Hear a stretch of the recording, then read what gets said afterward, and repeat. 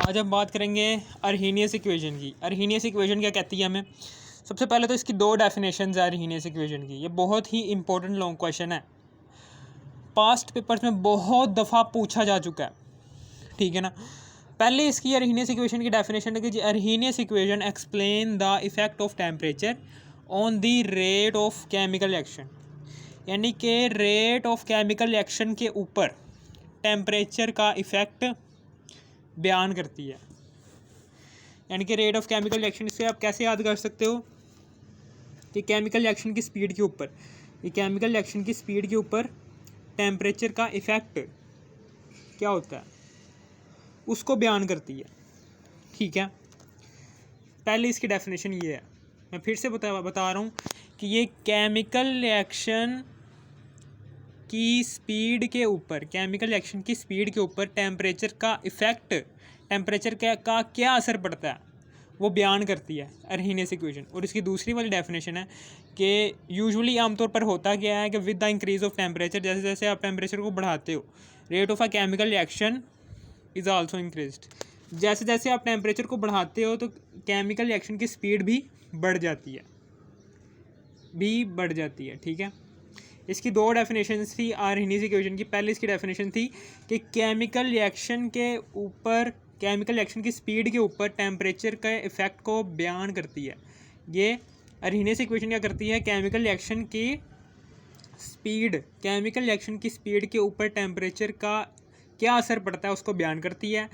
दूसरी इसकी डेफिनेशन है कि जैसे जैसे आप टेम्परेचर को बढ़ाते हो तो केमिकल रिएक्शन की स्पीड भी बढ़ती रहती है। ये इसकी दूसरी वाली डेफिनेशन थी, ठीक है ना। अब हम इसको मैथमेटिकली प्रूव करने लगे हैं, मैथमेटिकली प्रूव करने लगे हैं।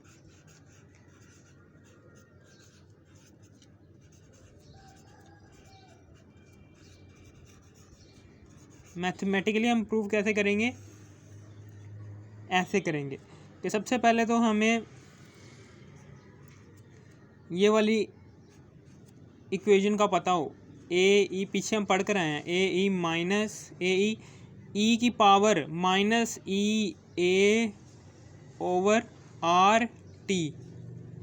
अब एग्जामिनर को बताना है कि ये क्या क्या चीज़ें हैं, ये इक्वेशन के अंदर क्या कुछ लिखा हुआ है इसके बारे में बताना है एग्जामिनर को। सबसे पहले तो हम के की बात करते हैं कि के क्या है? ये रेट कांस्टेंट है,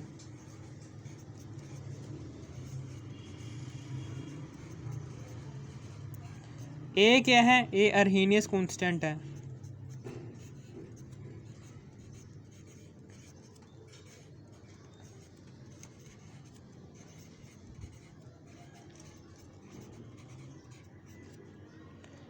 ई क्या है? Base of natural logarithm, base of natural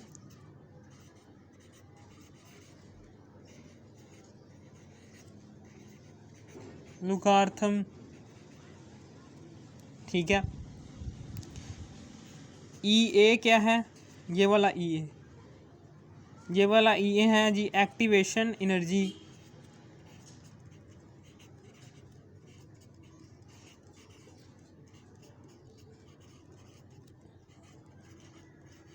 energy. और आर क्या है? ये वाला आर, ये जनरल गैस कांस्टेंट है। ये क्या है? ये जनरल गैस कांस्टेंट है।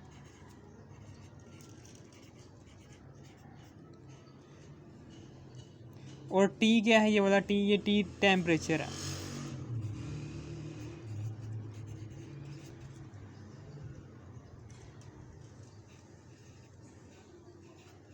टेम्परेचर, ठीक है।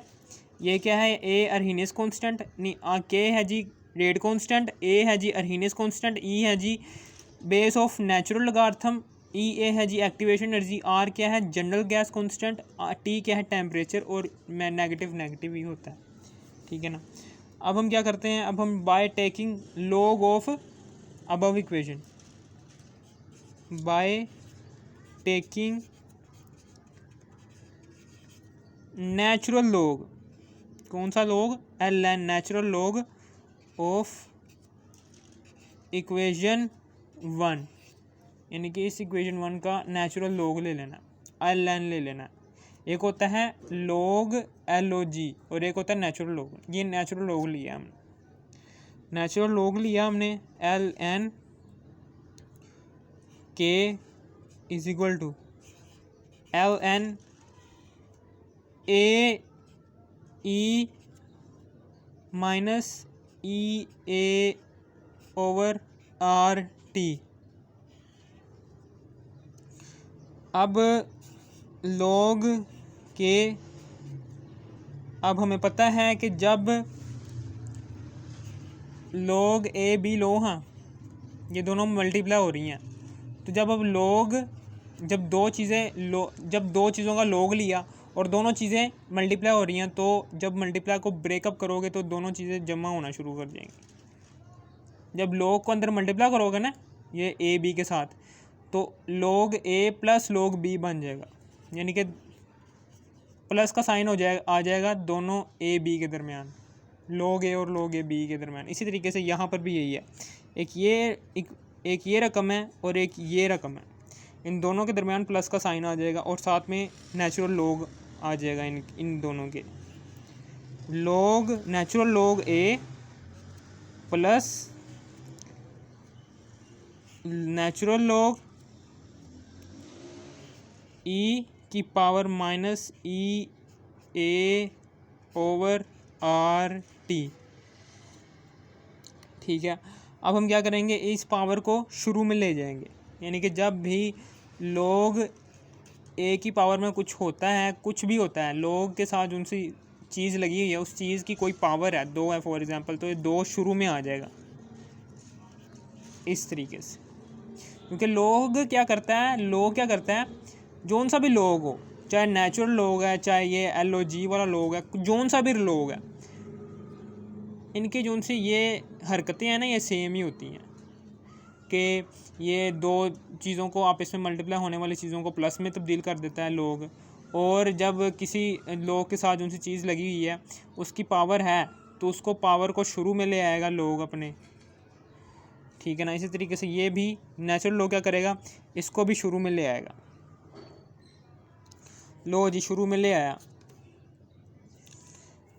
इसको शुरू में ले आएगा, log K is equal to log A plus शुरू में ले आएगा इसको minus E A over R T log E. अब plus minus minus, log K is equal to log A plus minus minus हो गया, E A over R T log E. ठीक है, अब हमें पता है, अब हमें यह भी पता होना चाहिए कि लॉग ई क्या होता है, 1 के इक्वल होता है। लॉग के नेचुरल लॉग ए माइनस नेचुरल लॉग ई, जब आप कैलकुलेटर पर नेचुरल लॉग ई लोगे ना तो वो 1 के इक्वल निकलेगा, यानी कि नेचुरल लॉग ई क्या है, इज इक्वल टू 1, वही 1 लगा दिया। जब ये ई ए ओवर आर टी 1 से मल्टीप्लाई होगा तो वापस से ई ए ओवर आर टी बन जाएगा। ठीक है ना, अब उसके बाद हमें ये भी पता है कि जबकि नेचुरल लॉग किसके इक्वल होता है, 2.303 लॉग के, नेचुरल लॉग इसके इक्वल होता है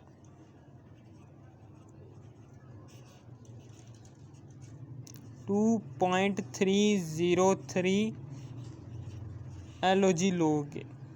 अब जिधर जिधर नेचुरल लॉग लगा हुआ है वहाँ पर 2.303 LOG लिख दो के। इसी तरीके से 2.303 लॉग ए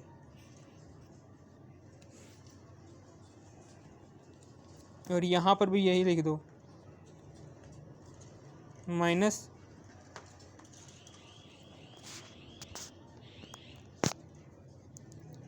EA ओवर RT।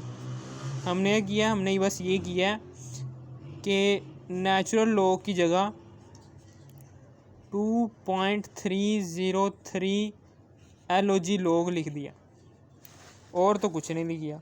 अब हम क्या करेंगे, डिवाइड कर देंगे 2.303 से, इससे डिवाइड कर देंगे, इसे हम डिवाइड कर देंगे 2.303 से, ताकि हमारा ये 2.303 कांस्टेंट नंबर है ना, ये ख़त्म हो सके, क्योंकि हम ये 2.303 को गायब करना चाहते हैं। 2.303 log के, इसको भी डिवाइड कर दिया 2.303 से, बराबर के उस तरफ है जी 2.303 log A, इसको भी डिवाइड कर दिया 2.303 से, फिर माइनस EA को भी डिवाइड कर दिया 2.303 से, और RT वैसे का वैसे ही, ये इससे कैंसिल, ये इससे कैंसिल, हमारे पास इक्वेशन आ गई log K is equal to log A minus EA over 2.303 RT। ये हमारे पास अर्हीनियस इक्वेशन आ गई। अब हम इसको ग्राफिकल एक्सप्लेन करने लगे हैं। ग्राफिकल एक्सप्लेनेशन कैसे करेंगे,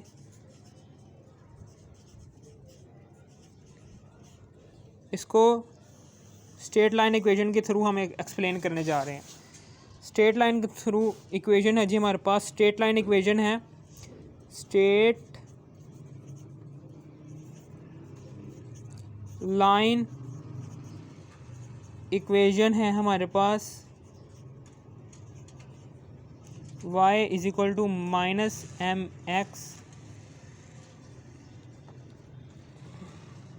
y इज इक्वल टू